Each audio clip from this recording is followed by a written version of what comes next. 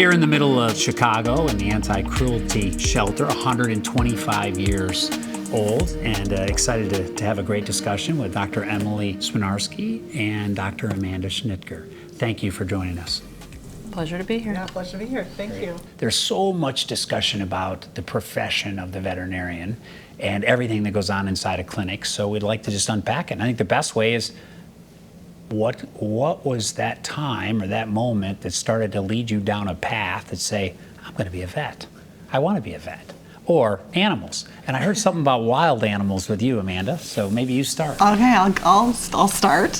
When I was a little girl, I would see, I lived off the road, but we lived on a pretty major road in my mid-sized city, Council Bluffs, Iowa. And there would be, rabbits and squirrels and even raccoons that would be hit by cars, mainly. And I was an outdoor girl. I was always outside. We actually lived right up against a big wooded area in the last hills there. And me and my friends, we always were outside. And so I'd always find these poor little creatures, and I'd bring them home to my parents. And this started when I was about 9. So you'd find them, pack them up, and bring them home. I would carry them home on various things. Wild animals don't really even like to be touched, even when they see they're being helped. So I learned that early on, and I would always find something to scoop them up with. So usually it was a piece of cardboard that was laying out, or I think a trash, like the lids of a trash can, the old metal trash cans. And then I'd cart them home to my parents, and I'd get my parents to help me. So mostly they helped by helping me feed them, so they would get a last meal, and then my parents would take them to the veterinarian, and the veterinarian would then find them a place to go. Because most of them, looking back, had broken legs, broken backs. They were bad things, but my parents were very supportive of that. And then when I was old enough, I started going to the vet with them. And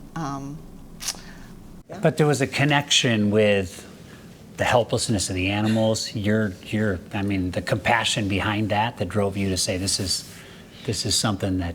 For sure, that was also in the mid-90s, early 90s, so it was also the time of Save the Wolf and Save the Whales, and so I think that messaging, and then I would see these helpless creatures that I just had to help them. And so I would do my best to try and do that even as a small child. And that led, as you went on, tell me how that bridged to something that became more significant to choices in education and yeah, so soon after that, my parents put me in charge of our family dog. And there we go. Makes sense. I told my parents I thought I might want to be a veterinarian when I was about right around that same time, maybe 10 or 11. And then Iowa State had a very early program with the university and tour the veterinary hospital, do special activities, and I remember walking through the bowels of old Iowa State, and you have the giant tracks where they would hang anatomy specimens on, so they could bring that around and dissect, and they brought a half a cow out, and I was just like, this is it. This is the coolest thing I've ever seen. And I was then fascinated just by that experience on the biology. And so then I got really into biology because I wanted to find out, how did these animals work? Because if I could figure out how they could work, I could figure out how to fix them. And that was that. We need to come back in a minute, Amanda, because I think our challenges in this profession is we need more. Mm-hmm.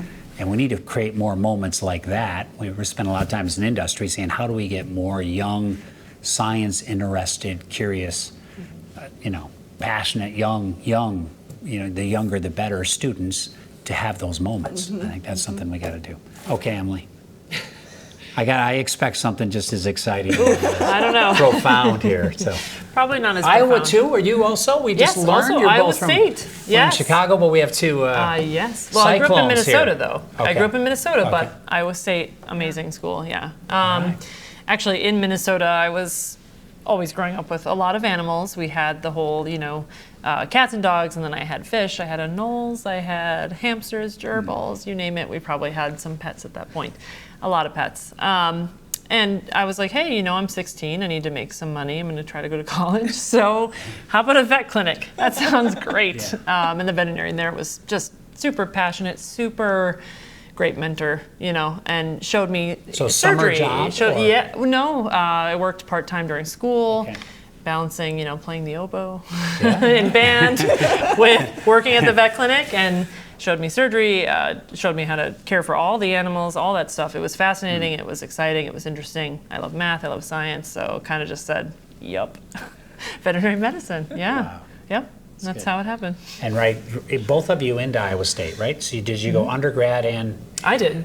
Undergrad and? I went undergrad and, yeah. Yeah, there you go, see? Yes. Great. We've got a lot of cyclones out there as listeners on the farm animal side as well as on the vet side.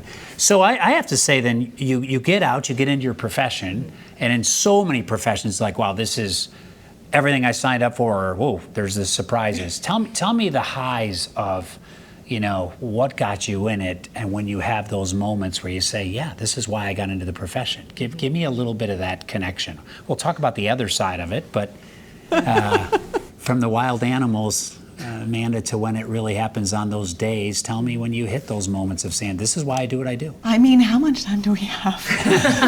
There are so many moments. I mean, how gross does your audience like? Because let's go, raw and real. So I have so many stories, but one of my favorite stories to tell that I just honestly, I think it shows what we go through as veterinarians. It shows the passion that we have, and it also just shows the gnarly reality sometimes.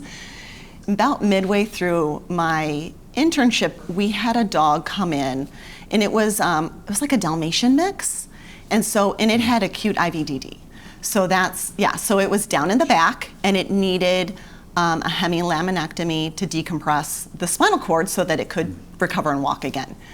But they said, help, we need help. This dog is vomiting. It's actively vomiting. And we're not talking regurgitation. This is like full-on abdominal compressions vomiting. And so they said, okay, get over there, get that tube in that dog. And so, we're doing it like head down. So I'm like down here.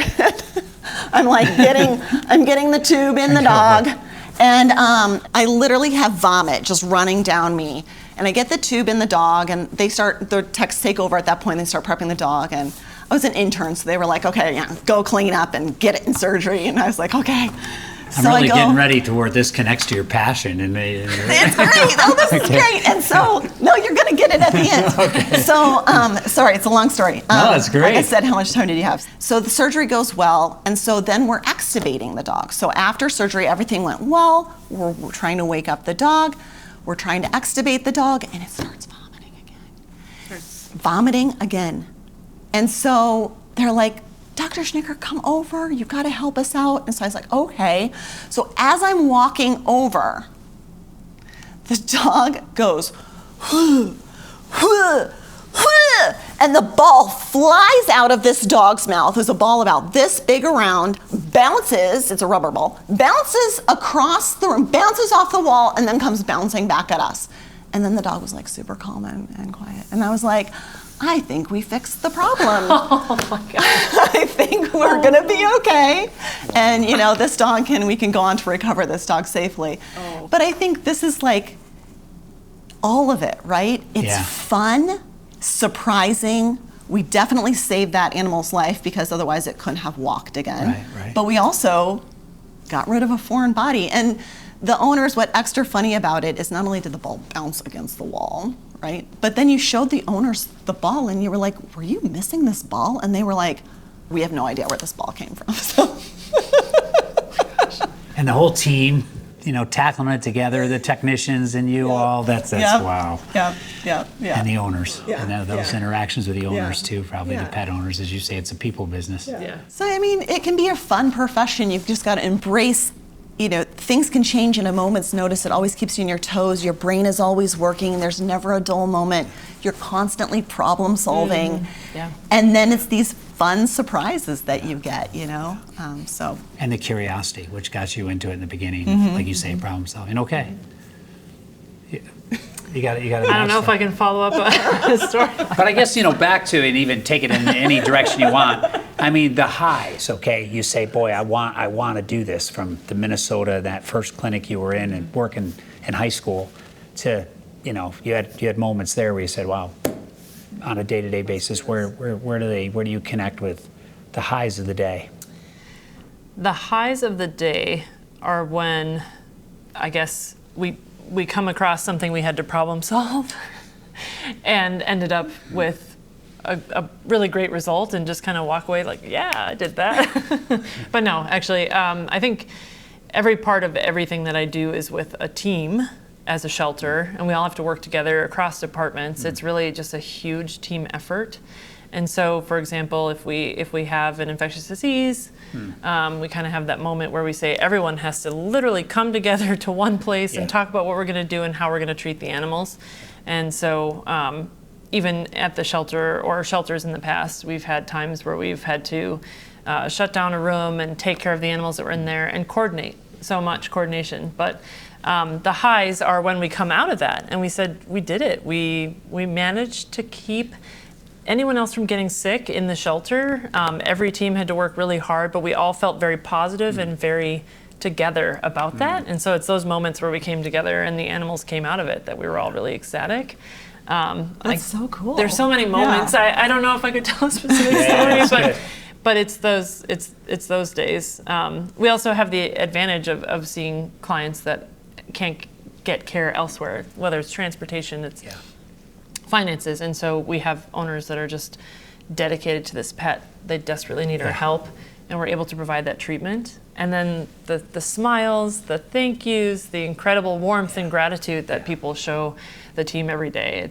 You keep coming back for more because you just can't stop seeing that, and people are just unbelievably grateful. Friday morning, I'm driving to work, and we have a black lab and a yellow lab. The yellow lab decides the neighbor's garbage looks pretty good, so I'm going to bust through the invisible fence. My wife finds a dog is struggling to breathe, puts it in the back of the car, panics, sends a group code to the entire 6 kids, and everyone, of course, is panicked. You know, the moment that comes is she gets to the emergency clinic early that morning. In the first 5 minutes, you know, my wife, Annette, says, how the compassion from the front desk to get the dog to the back to its panic, because, the dog's not able to breathe very well. Just the calmness, the team, the solution, the connection it's done. I guess there's a lot of that panic, urgency moments in your profession. How do you address that? Because it's kind of life or death to a lot of people. I have a video on my phone. I could show you that the dog is breathing better and all better, getting back in the car, and you know, the string of texts afterwards from the 6 kids around my family saying, oh man, everything's better now that the dog's better. But there is an emergency element in your profession where there's a lot of situations probably every day. How do you deal with that? That's a lot to do with kind of almost an individual person. Like, I had to know if I was okay under stress, and that's a part of it. But it's also taking in and saying that I need to be that calm person for the owner, the client, the pet parent, or the calm person for the team, and be the leader that kind of directs, okay, what are we going to do next? And that has been something to learn over time, but, you know, as a veterinarian, it's essential. Yeah, 100%. I mean, I couldn't have said it any better. And it is a lot of personal growth that you have to learn all of that. And, you know, schooling does not teach you that, but there's so much continuing education available on that, and it really help you.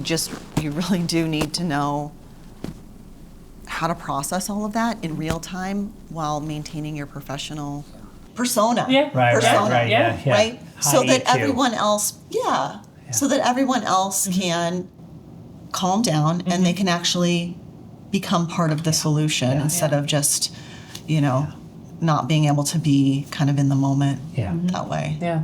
So let's pivot to what's a lot in the news. Your profession really came to the forefront at COVID. Animal shelters emptied. Everybody needed a dog or a second dog or a third cat. And suddenly pets really got put on the front page in terms of the importance, right, of the outcomes we're talking about, the companionship you get, the humanization of pets, all the different words that were given. but it put another level of stress on your profession. Share, I'm not going to lead you there, just share what happened during COVID to the veterinary profession. Maybe start in a shelter to going to one of the larger corporate clinics. Yes.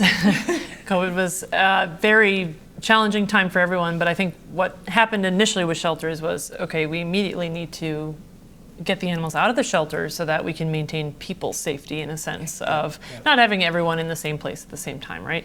And so we did that. We had an outpouring of support from the community. A lot of people that had never fostered before were coming forward and taking the animals out, and it felt very positive in that light. And of course, there was still the need to balance caring for the animals. But over time, what it became is the longer that we were unable to provide services, the more that we weren't able to spay and neuter, we weren't able to take care of the community cats that are, out there having litters or being sick and needing care. We weren't able to provide care to pet parents who don't have access to veterinary care routinely. There was a big gap that got bigger, and so while we didn't feel it the first moment of the pandemic, we do now, and we kept seeing that grow and kept getting more antsy, and it's been a challenge ever since. Yeah. Same thing for us. We had to decide how to make our staff feel safe and be safe. And about maybe 4 months in, our staff just sat back and we just said, God, guys, we miss our clients. Like, we really miss our clients. This is really hard. We love helping these pets, but we miss that interaction. Say I create the best care in the hospital for a pet, right? Prescribe something to go home. If that owner does not know how to give that medication, why it's important to give that medication, it doesn't matter what good of a job I do in the hospital. They have to provide that home care. So it's extremely important for them to feel like they're part of the care, because they are, right? Without them, that pet doesn't get care. And so that was very, very difficult. And then after we started getting clients back in the hospital, actually feeling like we're getting that bond. Yeah, having the relationship back. Wow. Yeah. So it kind of shows the importance of, you're all about the pets, but you're more so maybe the pet owners. Yeah. So you've heard after COVID now, if you speed it ahead to where we are now, you still hear about the fatigue, the capacity challenges, the shortage of veterinarians. It kind of COVID shocked the system. Post-COVID, we're fatigued and have had some challenges. I mean, tell me, and even expectancy of care has been, raised. You're talking about the power of Google ratings and how well, Yeah. So where are we now? What's the state of the veterinary profession through your lens right now, post-COVID, and where we are today? I think in the sheltering world, we, pre-COVID and probably for a very long time, individual animal shelters relied on veterinarians who put in that extra effort, probably off hours, probably a little less money for salary and things like that, because you worked for a nonprofit, right? And it was a challenging work because at times we could make decisions, but we had limited resources, and so it was harder to give the best care possible to individual animals. So it depends on how you view it, but it was always challenging work, and it always is for every vet. But in the shelter world, we kind of then realized that as the vet shortage grew, veterinarians were coming to the sheltering world less because it's a tough profession, and as needed in other veterinary practices, there's more support staff. There's more just support. There's better benefits. You have to, if you have a family, you have to have benefits. Things like that. And so shelters kind of lost that edge of attracting veterinarians, and so there's a shortage everywhere, but we lost it too, and so that means less spay neuter for the public to make it more affordable. That means less vaccine clinics for the public that needs it, less service to underserved populations. So to us, it means that we want to fill this gap of people who really desperately need those more basic points of care. And we're struggling to do so. And demand is still, you look at supply, demand is still very high. And the more we... Has it changed since COVID?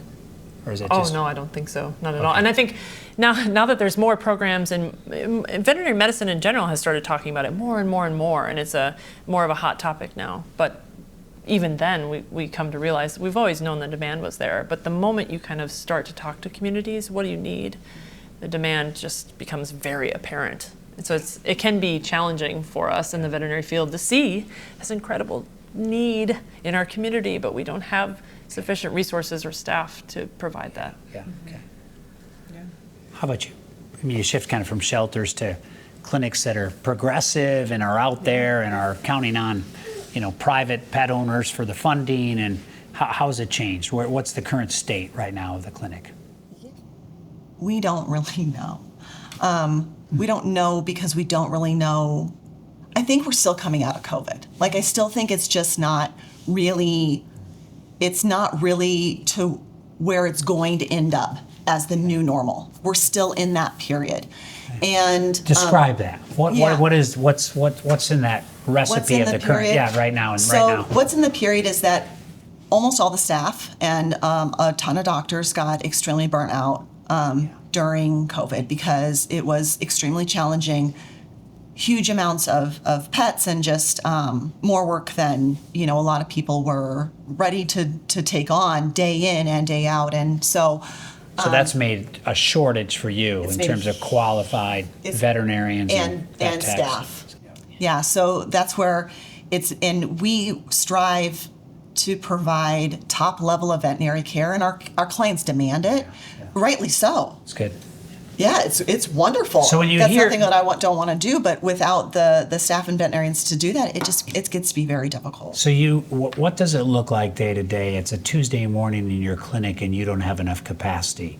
What does that? You hear that all the time talked about, but what does it mean? You don't have enough staff to take the appointments. What's the here and now practical shortage? So at one of my two hospitals, Uptown Animal Hospital, will be fully booked, and by that I mean there's no space in the schedule for anything that calls that day. Yeah. Our policy there is that if it is our client, we try every way to work that in, and so that often means that our doctors are double booked, triple booked. That's because we don't have enough doctors there. We really need more doctors there. We would be able to just all day long. It's jammed. It's back all to day back. long jammed. Yep. No time. Yep, all day long surgeries, all day long appointments, and then we also provide technician appointments there as well, and those will be booked all day as well.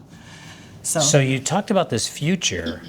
If this is our current state, how do we get there?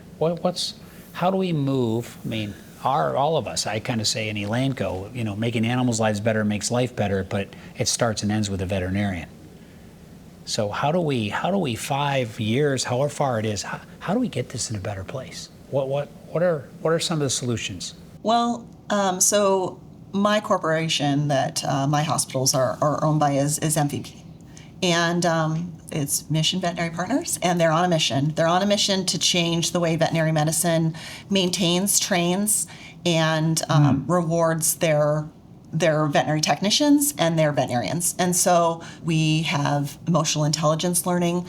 We provide a ton of compassion fatigue, not resistance against it, prevention, right? Yes. So prevention of that, and then we want to re-engage, especially the staff. How we re-engage the staff, and then we also have a very robust mentorship program. So new veterinarians, when they're hired on, they're actually paired in a very specific way through our mentorship program, and they're creating that for veterinary technicians as well. So in my mind, that's what has to happen, is that we ourselves have to help ourselves build a better community that is a sustainable community, but it's going to take time. That's good, because a lot of times I hear first is we need more veterinarians, which we do, but what you're saying is more capable and more sustainable with the current state is really important. How about you, Emily? What do you think? Any I agree. thoughts? We need more support for our veterinarians and for our veterinary staff that comes with that. So the vet techs, the vet assistants, everything in between, receptionists, everything. And supporting the individual, right? Like you talked about, we need to think about education. We need to think about work hours and work-life balance and all those things involved. Essentially, without that, we can't possibly expect people to come here and work at their best. How do we tap into more young Amandas and Emilys that have those moments? You know what I mean? To bring the next. And there's a work-life balance. There's dual working homes, but how do we bring more into the profession? That one's tough for me because there's so much that I want to do, but it is like that. Where do I find the time to do it? So before I worked for MVP, I actually owned one of my hospitals and I sold it to MVP. So when I was an owner, I would go out to high schools, elementary schools, as much as I could, and talk with people, talk with classrooms, do PowerPoint presentations. But with the younger children, you actually sit on the floor and do pretend play. I think that's extremely valuable. I also like to bring one-on-one students that from high school, or they have to be 11 years old. Okay, 11 years old or older, into the hospital with me, and they'll shadow me for a day. It's usually it's set up very specifically with their parents and everything like that. But opportunities like that, if more veterinarians had the ability or the capacity to handle that, because it does take energy, I think that's great. A good start. I think honestly we need to make veterinary school more accessible. We have a large portion of students that are interested, they're fascinated, and they're finding that the financial burden is way too much for them to envision and imagine. They don't have the support that they would need to take on hundreds of thousands of dollars in debt. Of course, it's an advanced education program, but I also think we kind of lack a certain level of diversity in our veterinary schools as well. And so there's kind of this, how do we make school accessible? Because they seem interested, and we have programs here at Anti-Cruelty, high school students and beyond, where we are touching base with hundreds of students every year, and they're all so fascinated. But how many of them can make it through the financial and otherwise heavy educational burden? Right. I agree. I think more vet schools, but like you say, more affordable and even more accessible, right? I mean, when you look at there is a high bar to get into a lot of these schools, but I mean, is there an opportunity to bridge your way and transition? They always say, sometimes that first year, if you let them in, and they can jump the bar once they get the passion for the industry. So what about the current movement that has certified veterinary technicians becoming more like the human equivalent of a physician's assistant? I actually think that that's a way to make. I'm in favor of that.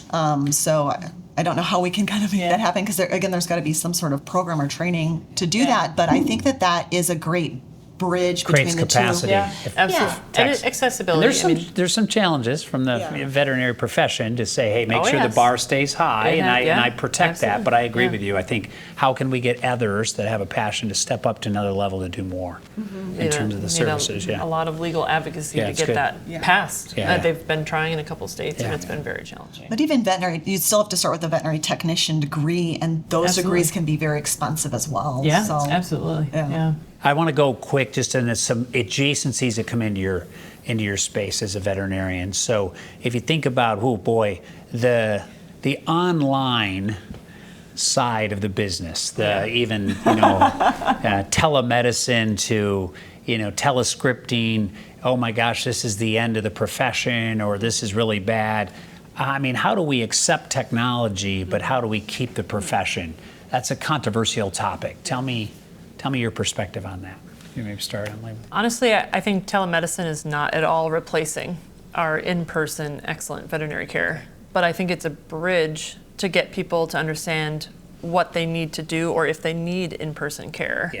And so, telemedicine is not only a way to access people who wouldn't normally be able to access veterinary care immediately.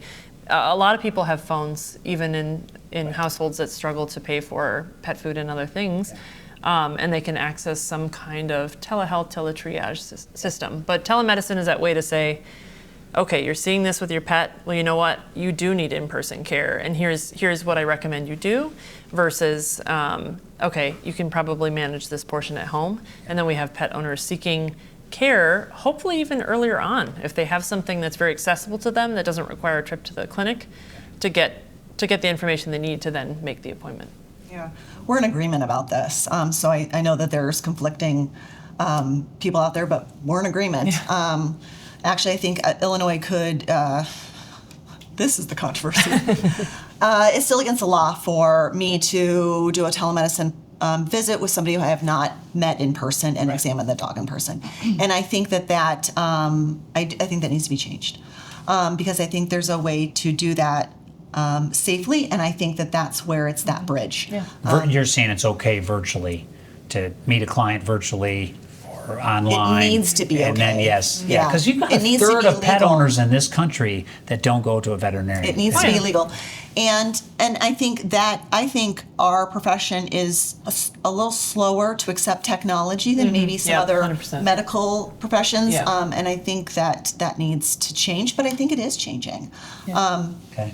So Now, I don't sense from you two that I have from others, and I'm just being the threat of online or virtual, scripting or, medicine. now the online so- pharmacy is a little bit different. Yeah. So I do think online pharmacies that do not support the actual general practice or urgent care or whatever, the actual veterinarians' income only take away from our ability to provide care to animals. So because 20% of our revenue used to be from our own pharmacies, and now that's been taken away. But what it comes down to is it actually makes vet care more expensive because now where does that revenue have to come from? Well, it has to come from the professional services. So that's one of the factors that's driving professional services higher is that we don't have this balance with our in-house pharmacy anymore. So Let me go to the other one, which is, no, it's good, it's good.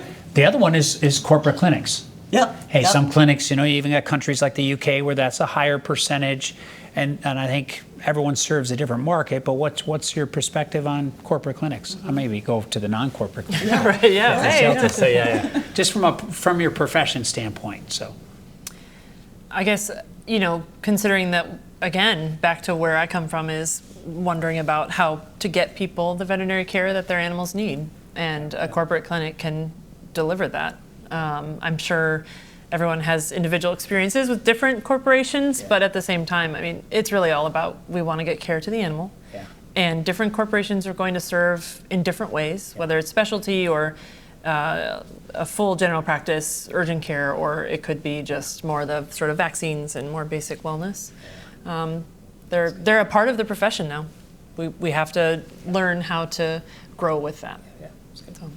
So obviously I belong in the corporate practice. That's who I am. Now I might be a unique person to interview about this because I sold my private hospital. So I was an owner of our hospital and then we sold to a corporation. And the reason we did that is because we were losing some of our competitive edge and we would lose the ability to support our staff. And we actually did it at the time that we did it so that we could maintain our staff's health care and our staff's benefits and the higher pay for our staff. So and you think post, you're a great example coming from, you had a private clinic, you've gone corporate and sold it to the corporate and you're part of it. You see the benefits afterwards? I do. And as far as my life is very different, but as far as my staff's... In what way? Just real. Well, I was an owner before, so I got to make all of the decisions and guide the ship. And I loved guiding the ship. And now I'm a middle management person, so it's just very, very different. But my staff's lives, they have better benefits. Yeah. Their lives are a little bit What about better. your pet owners? What do they see differently from before and after? Nothing. They Because see you're no still difference. there, they still have, Yeah, some of them don't, and we don't hide the fact that it's sold, but some of them don't because they just don't care. Okay. They just want the care for their animals, right? So some of them don't even know. Yeah. So now I want, when we opened up, you both had a little bit of your personal kind of soapbox a little bit. So Emily, you said you got into it for the animals, but it's all about what? People. So to 100%. elaborate on that, because I think people come into this profession because they love the animals. Animals. Yes, we cared for animals. That's what we came here for. And I have to tell you, I many years ago, our first black lab, I received a phone call from Dr. Johnson, Craig Johnson, actually a son of an Elanco guy that actually, and he's our veterinarian, and he says, Jeff, you need to get here. Your lab is reaching its final minutes, hours, and I had 6 little kids, all my wife and I, and he said, you have to let the kids have a final couple minutes with the dog. And I watched Dr. Johnson for about 5 minutes take my kids in there, and I thought, my aha was, okay, he is not in the animal business. No, he's in the people and business. those kids to this day remember just that moment, and that interaction. It was powerful. So keep going. I interrupted you. But, no, but that's exactly are you what we're glad talking you're about. in the people business? Because I you got am, in this for the animal business. Yes, I am actually. Yeah, I find great enjoyment in working with pet parents and the teams that I work with. But really, it is about people, because a pet parent comes to you. They could be upset, they could be devastated, they could feel guilty about something. They have a lot of emotion and passion and love for their animal, and whether it's literally a cow on the dairy farm that has an important role in their lives, or it's that cat or dog that they've had forever, and we have to manage the pet or the animal with the expectations and needs of the person. And every person communicates differently. Every person understands things in a different way. Every single person is so individualized, and there's so much emotion sometimes. That's actually too part of this, what we do every day is manage others' emotions, expectations, devastations. We have a lot of people things that we do every day. So I am happy. I'm still happy that I'm here at Vet Medicine, but you get in for the animals and you realize it's about people. Yeah. I'm going to move to Amanda, your soapbox here in a minute, but the admiration that I think our industry, animal health, has for veterinarians, I think comes from this. Yeah. You're great with animals. There's complexity. You got a lot more species than just one, and lots of problems, lots of challenges. But then you have this people aspect. Then you have the business aspect. I will say, you want to go to a Elanco pet sales conference, and everyone's proud of their veterinarians. It's like, because of this. I mean, there's just, I'll just say to both of you, the admiration we have for your profession is beyond, and it's because of that. It's just so complex and so challenging. So we wouldn't be here today. You're the reason we all exist, but you have to do it every day. Yeah, right. Now you talked about the other side of this is the wellness and the importance of the quality of care. It isn't just the Google ratings, but it's really doing it. You seem real passionate about this, Amanda. Tell me. I want you to share your passion here. The pressure these days to provide such a high level of care. Yeah. And then the dichotomy that we face with a lack of ability to either pay for that care, want to pay for that care, and then also the shortage in trained, educated veterinary staff to help provide that care. It's a real tug of war, I think that crux is what stresses a lot of veterinary professionals out, and also what a lot of our bigger problems in veterinary medicine kind of stem from, is that real dichotomy that we've got going on right now. Yeah. Mm-hmm. All right, I want to pivot as we close to some fast fire questions. One is, we talk about sharing a table, because a table can be one of the biggest, maybe positive forces, from the standpoint of when you sit at a table and share food with people, or when you sit at a table and have your team and have a meeting and make decisions. And so I sometimes stop and say to people, hey, tell me a table that has changed you. Was it a childhood table? Was it a team table? Was it a surgery table in a clinic? Think about that and tell me. I'll let whoever wants to go first. Tell me a table that has shaped who you are and maybe how. For me, it's a surgery table. I went in to veterinary medicine not knowing that I would have a passion for surgery, but I quickly found out in third and fourth years that is where my primary passion lied. And while I'm doing those surgeries, for me, that surgical table is a pretty special isn't the word I want to use. But it's not a holy place. Yeah. But Yeah, that's why not? Kind of, Yeah. okay, it's a little bit of a holy place for me because there's so much respect that has to happen for the animal, the pain control, the proper anesthesia, the proper depth, the sterility involved, and then also I have to be strong, right? Because sometimes these surgeries are a little hair-raising experiences. They really can be, and to just make sure that you're problem solving in the moment to make sure that that animal is well cared for and that you're doing the best job that you can do. And so, And the your surgery team table- probably around the Yeah. table. The team around the table too, there's a lot of bonding that happens in the surgery room. A lot of bonding, because when it's not such a stressful situation, and it's a surgery that maybe we're all more familiar with, we're singing along to the oldies. I always play oldies in surgery. I was going to ask you if there's music at the surgery. You always hear about that in the human side. Yeah. I always play oldies in surgery because it's generally calming. Generally, everybody likes it, Wow. and then you can sing along. So yes, there's a lot of team bonding that happens around that surgery table too. But I think as a veterinarian, that's where I really grew up. That's what made me a very mature veterinarian. Wow. Amazing. Moving. And that's good to use holy. I think it's great. Tables are holy places. Yes. Yes, they are. All right. You got to follow that again. Come on. Oh. This is like the wild animals. Here Yeah, you go. I know, right? Oh, man. Very good.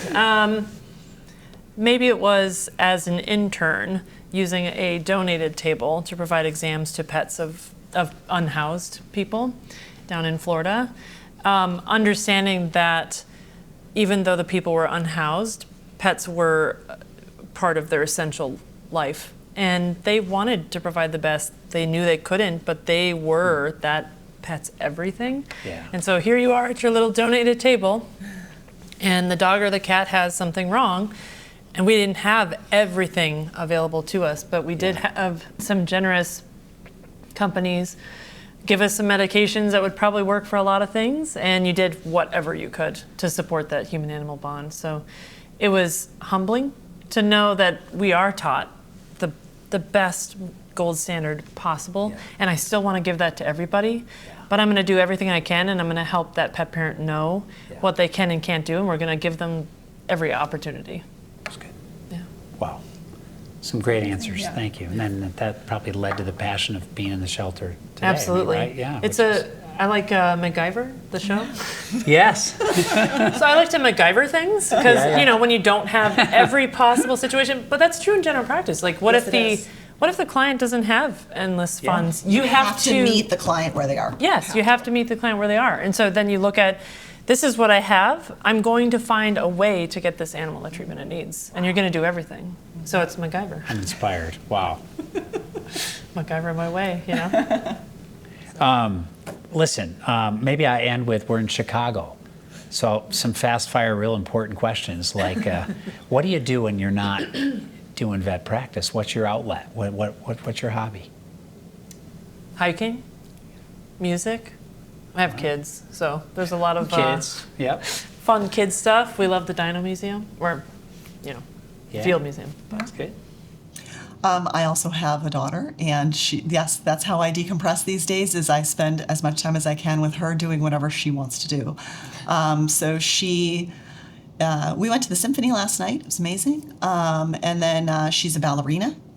So, yes. I never knew what being a dance mom was all about. Oh my God, it's so much.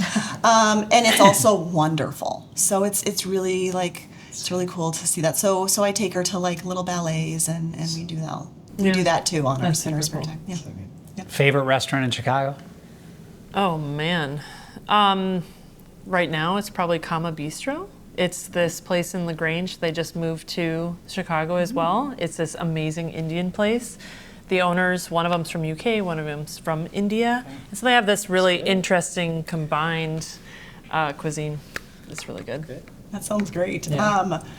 Well, it's the most recent restaurant that I went to. It's Giant.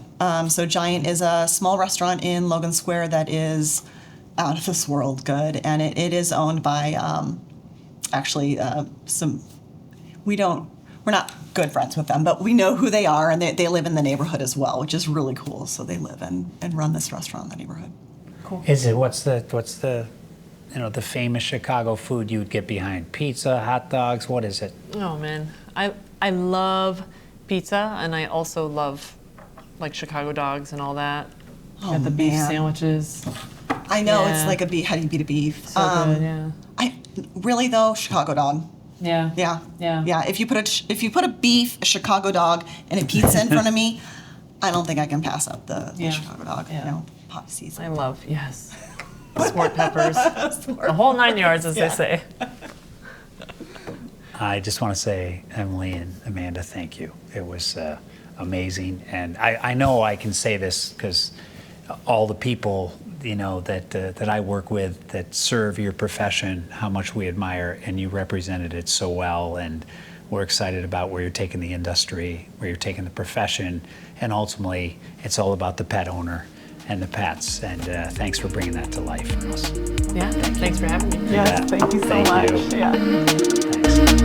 Thanks.